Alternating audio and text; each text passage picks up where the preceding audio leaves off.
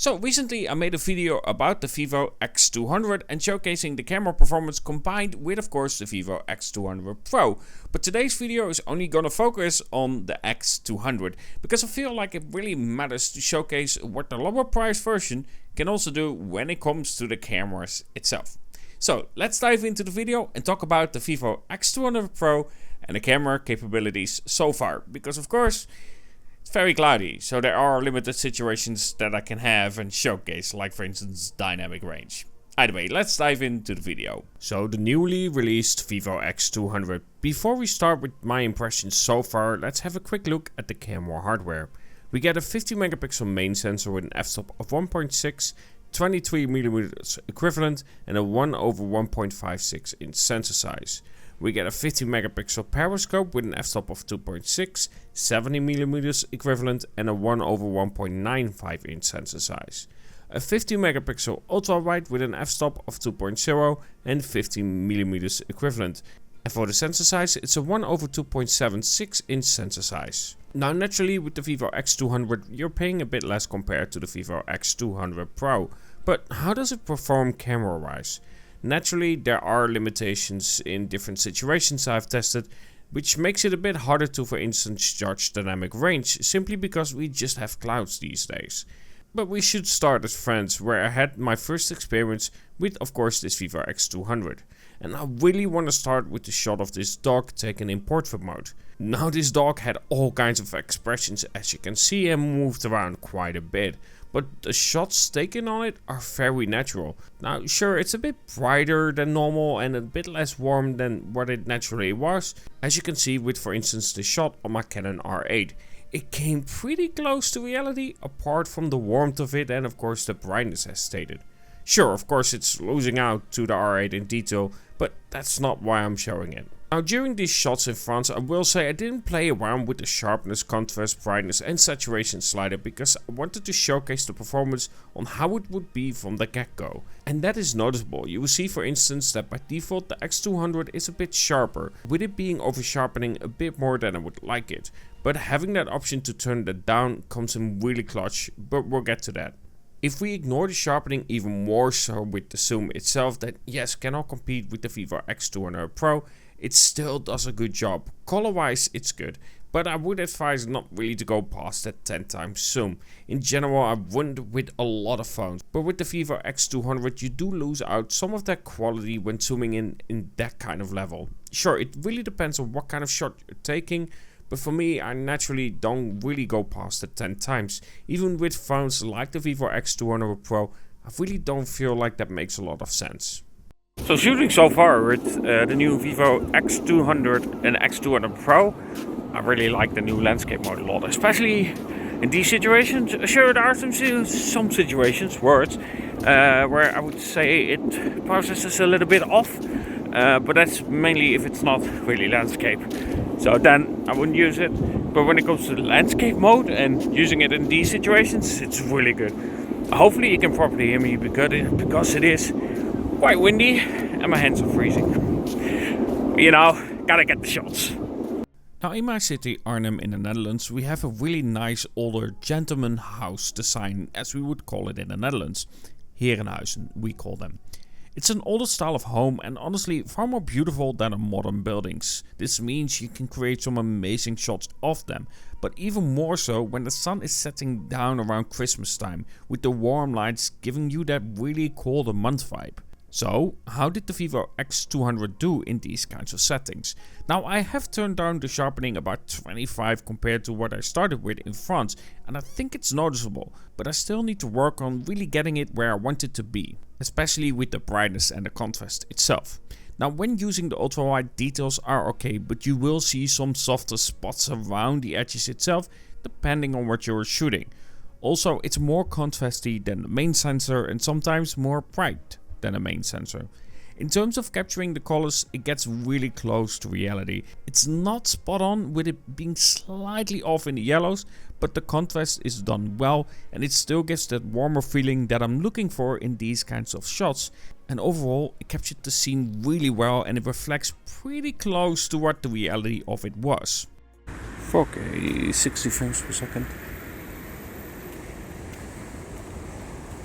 And during shooting, I can switch to ultra wide as well.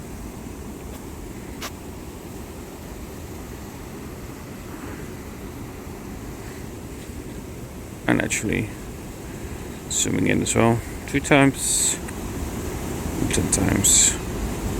On the phone that actually doesn't look bad. Let's do 5 times.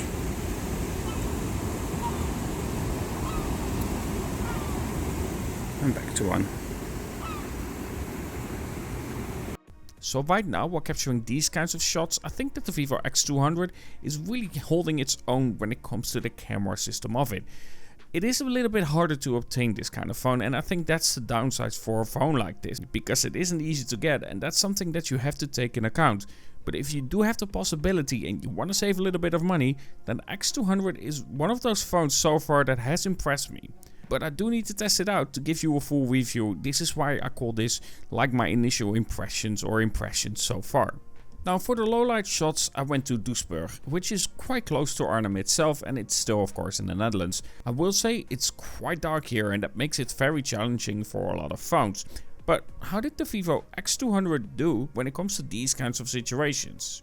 Now, starting with this light shot, for instance, that I want to highlight is that sometimes it can be that it doesn't process the light itself properly. Now, I'm not always about the best dynamic range in the shot itself. It really depends on the vibe that I'm creating, especially when it comes to the light sources. It's a really hard thing to nail. But when it comes to it, you see some inconsistency when it comes to the processing of the light itself. That being said, in these conditions, apart from that, the Vivo X200 actually delivers really good quality shots for the price that you are paying. Again, it really depends a little bit on the market where you are getting it, but for the price that you are paying and for it not being a pro version of it, I think it's really able to capture the shots on how I'm seeing it. It's not perfect, sometimes it can be a little bit too bright when it comes to the sky itself, and I did notice something else, the moon. Now, of course, this is a hard subject, but what we are getting here when it comes to the moon shots, or the shots where the moon is visible, it will be replaced with AI sometimes, and it is noticeable because sometimes the scale is just completely off. That being said, it really depends on the shot whether this is something that I would like or not. If I'm taking a shot of the moon itself, just purely the moon, I don't want it to be replaced because I'm not really seeing what the hardware is able to capture. That being said, if I look for instance at shots like this light, I feel like it really works well for the shot, and I think there I'm not too bothered about it, but that's a personal preference and it's a hit and miss for me, this kind of thing, especially when it comes to AI replacing stuff, especially when it comes to photography. I'm not sure about this one, I have mixed feelings about it, so let me know what you think about the moon itself being in the shot like it is. 4K 60 frames per second on the Vivo X200. We'll see. Just like the X200 Pro, which will be a video later on, it captures the night view better than the X100 Ultra. Like this feels like night. Now, of course, I can also switch to the ultra wide while recording. I would say colors are a little bit off. It's a little bit warmer in terms of that. Again, very windy at the moment, so my hands are freezing because it is quite a bit colder. Individual lights aren't very visible where it is with my eyes, so it's a little bit brighter. Let's see if I tap on it. You can see right there how it would normally look. And back to the main sensor. Now what I did was while recording with the X200 and low light photography, if the moon is there, you get an artificial moon. But it's not really how it looks. Yes, you can see some details, not like that. You can see like scale differences because of that as well. It's a bit odd, but it can look really good. So it depends on whether you like it or not. It's artificial, and I don't necessarily like that. But for moon shots, I get it's really hard, and then you get that result. Might be acceptable in some cases. So at the end, when it comes to the Vivo X200, I will say right now, at least for the moments that I've captured, it is really solid. I think that the performance is a little bit different compared to what you get on, for instance, the X100 Ultra in terms of processing of images. And I noticed that on the X200 Pro as well. I'm gonna have to compare the images directly side by side, but I feel like there's a difference in the way that they approach the photography of it. In terms of shots, it looks really natural, and I think that is one of those things that people will like about the X200 and of course the Pro version as well. Yes, the periscope is not going to be as good as, for instance, the X200 Pro. That's logical, because the X200 Pro has a 1/1.4 inch sensor size, where this has a 1/1.95 inch sensor size. And that other one has 200 megapixel in terms of resolution. When it comes to the periscope though, I still think it's quite solid. Yeah, it's not going to be the best when you zoom in a lot, but when it comes to the quality, I still will say that the Vivo X200 Pro will deliver you good results when it comes to that periscope and just the general camera use as well. I've taken some amazing shots with it, and I'm really surprised about the slight difference in performance, where it feels like it has that little bit more feel to the shot itself. Either way, what do you think about the Vivo X200 so far when it comes to the camera capabilities? Let me know in the comments below, and if I post this before Christmas, Merry Christmas to you all, and if I do it afterwards, then I hope you had a good Christmas, and then Happy New Year after that as well, because I will post this before the 1st of January, which is my birthday actually. Either way, I really want to thank my members. I appreciate the support so much, I really do. And thank you so much for the support you guys have given me as well, with subscribing and so on, and hitting 15,000 subscribers. Thank you so much for the support. Either way, hope you enjoyed this video, and talk to you guys in the next.